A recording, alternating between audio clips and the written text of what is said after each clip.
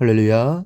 사랑하는 대강의 가족 여러분, 오늘 하루도 하나님의 말씀과 동행하는 하루 되길 소망합니다.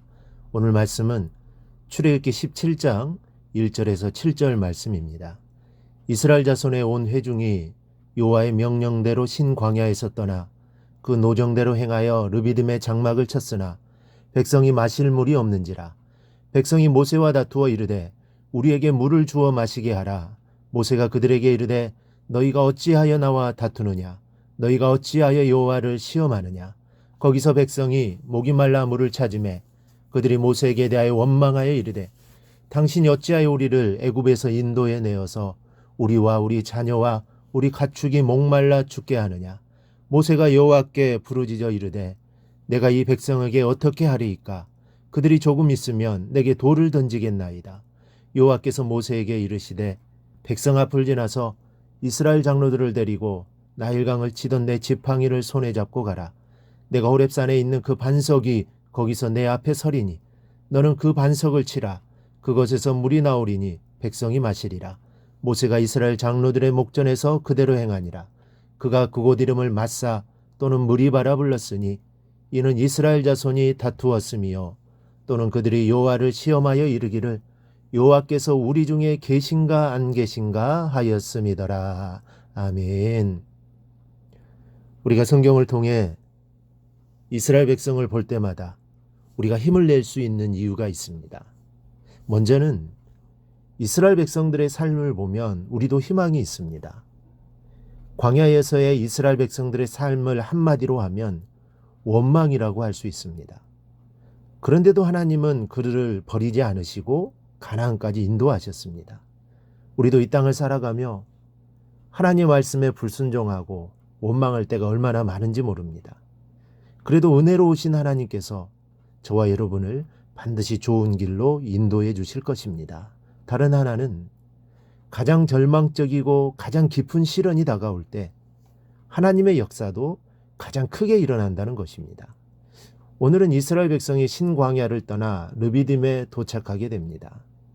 그런데 그들이 이렇게 이동한 것은 여호와의 명령대로라고 말하고 있습니다. 이는 여호와의 말씀을 따라라는 뜻입니다. 따라서 본문은 이스라엘 백성이 하나님의 직접적인 인도하심에 따라 그들의 여정을 계속해 나갔다는 의미를 나타냅니다. 오늘날 광야 같은 세상을 살아가는 우리 역시 험난한 세상을 이겨내고 마침내 하나님의 나라에 이르기 위해서는 하나님의 입에서 나오는 말씀의 인도가 너무나도 필요합니다. 하나님의 인도하심이 있을 때 하루하루의 삶이 승리의 삶, 기적의 삶을 살 수 있습니다. 이렇게 오늘도 이스라엘 백성을 인도하신 하나님의 역사는 어김없이 찾아오고 있습니다. 우리는 이 내용을 읽으면서 너무도 귀하고 소중한 진리를 발견하게 됩니다. 먼저 사명자의 길은 고난의 길이라는 것을 알게 됩니다. 이스라엘의 르비딤에 도착했을 때 백성은 마실 물이 없었습니다. 2절을 보니 백성이 모세와 다투었다고 했습니다. 3절에는 그들이 모세에게 대하여 원망하여 이르되 당신이 어찌하여 우리를 애굽에서 인도해 내어서 우리와 우리 자녀와 우리 가축이 목말라 죽게 하느냐 아우성치고 있습니다. 모세와 다투기까지 한 것은 곧 모세의 배후에 계신 하나님과 다툰 것이었습니다. 즉 그들이 갈증을 참지 못하고 모세에게 물을 달라고 앙탈을 부린 것은 곧 하나님께 물을 달라고 앙탈을 부린 것과 같은 것이었습니다. 이러한 사실을 이스라엘 백성들 역시 신광야의 사건을 통해 잘 알고 있었을 겁니다.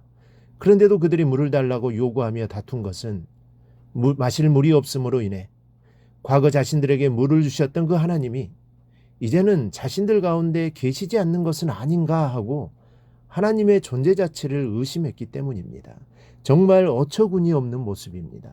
그렇다면 당시 그 다툼의 정도는 어느 정도였을까요? 4절에 기록된 모세의 기도를 보면 금방 알 수 있습니다. 모세가 여호와께 부르짖어 이르되 내가 이 백성에게 어떻게 하리이까? 그들이 조금 있으면 내게 돌을 던지겠나이다.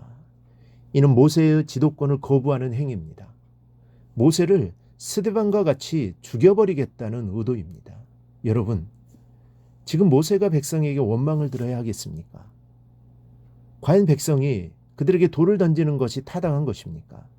우러름과 존경을 받아야 할 모세는 영광 대신 고난을 겪어야만 했습니다. 모세가 이런 핍박을 받아야 할 이유는 하나도 없습니다. 그러나 그에게 주어진 사명을 감당하기 위해서는 이런 핍박을 감수해야만 했습니다. 그래서 주님은 나를 따르려거든 십자가를 져야 한다고 말씀하신 것입니다. 사명자의 길은 영광의 길이 아닙니다. 영광 대신 고난을 받아야 하는 길입니다. 이유 없이 매를 맞아야 하고 이유도 없이 뺨을 맞아야 합니다. 이유도 없이 옥에 갇혀야 했던 사도와 선지자들을 생각해 보십시오. 오늘 우리에게 이러한 종류의 고난은 없겠지만 그래도 우리가 주님의 일을 하는데 어려움이 있을 것입니다. 그런데 그러한 어려움은 당연히 우리에게 있어야 함을 우리는 기억해야 합니다. 그리고 그 일들을 잘 감당해야 할 것입니다. 둘째로 신자에게는 신자다운 모습이 있어야 합니다. 백성이 하나님의 종 모세와 다투었다는 것은 슬픈 일이 아닐 수 없습니다. 그들의 행동은 매우 거칠었습니다. 그들이 조금 있으면 내게 돌을 던지겠나이다 라고 했으니 저들의 행동은 모세를 당장이라도 죽일 것 같은 기세였음을 알 수 있습니다. 이것은 성도가 지닐 모습이 아닙니다. 성도는 성도다워야 합니다.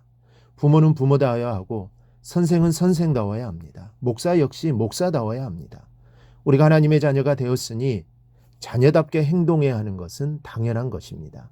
우리의 가장 근본적이고 중요한 부분은 주의 자녀답게 살아가는 것입니다. 믿음을 가진 성도답게 말과 행동과 마음에서 주의 향기가 우러나올 수 있는 성도가 될 수 있기를 축원합니다. 셋째로 하나님의 사랑은 끝이 없습니다.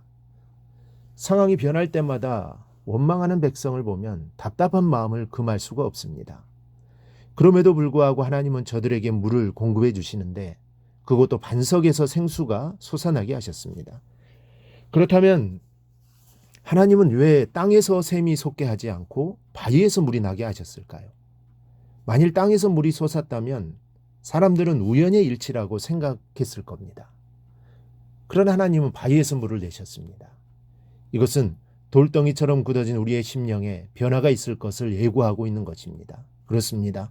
우리는 메마른 장작처럼 딱딱한 바위처럼 강팍했던 사람들입니다. 그러나 성령께서 나의 심령을 변화시켜 주시고 내 안에서 하늘의 은혜가 넘치도록 은혜를 주셨습니다. 그러므로 우리 모두 구원의 은혜를 감사하며 또한 고난받는 것을 감수하며 성도다운 모습으로 살아갈 수 있기를 바랍니다.